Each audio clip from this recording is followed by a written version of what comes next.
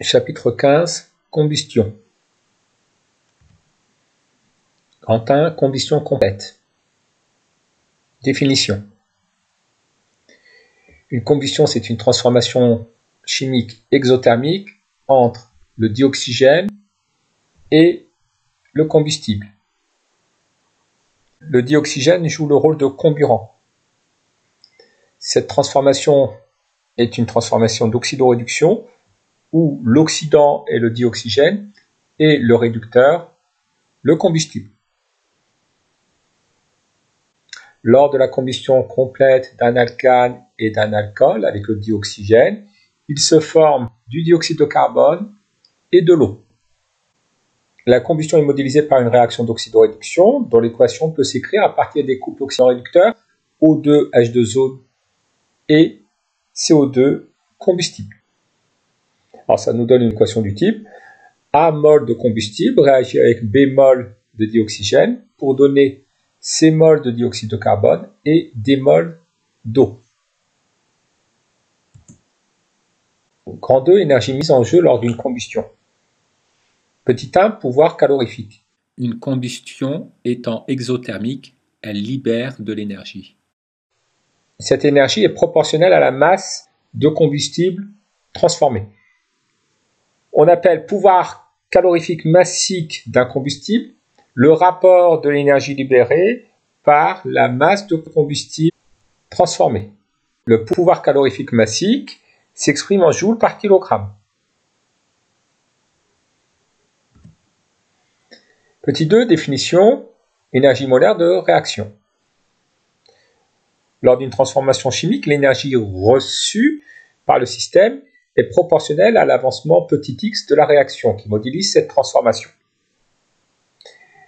On appelle énergie molaire de la réaction le rapport entre l'énergie reçue et l'avancement petit x.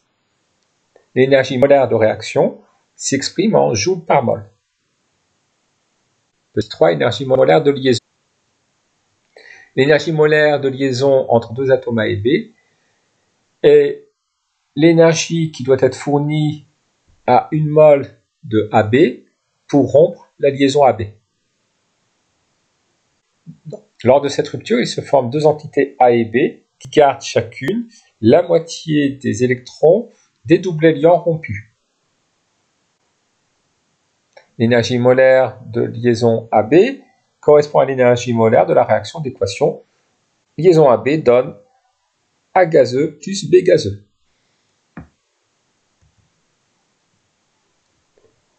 Comment estimer l'énergie molaire de réaction?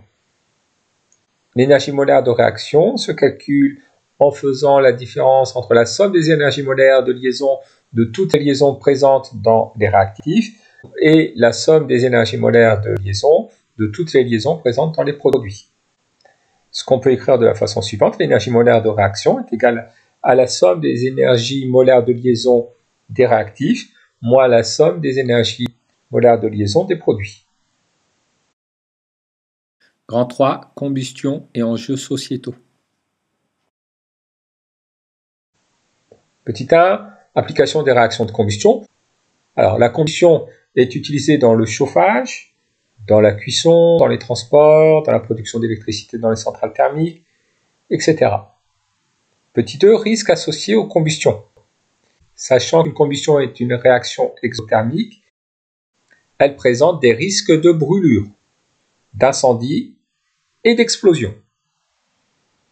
S'il n'y a pas assez de dioxygène, la combustion est dite incomplète. Il se forme alors du monoxyde de carbone, qui est un gaz asphyxiant, invisible et inodore, ainsi que du carbone solide sous forme de particules fines. Petit 3, enjeux sociétaux. Le dioxyde de carbone produit lors d'une combustion participe à l'effet de serre et ainsi au réchauffement de la planète.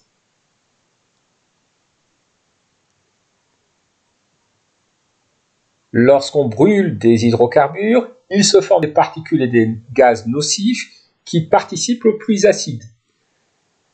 On peut réduire ce rejet de gaz nocifs et de particules en mettant des catalyseurs dans certains véhicules. On cherche des alternatives renouvelables. Ainsi, on utilise des biocarburants.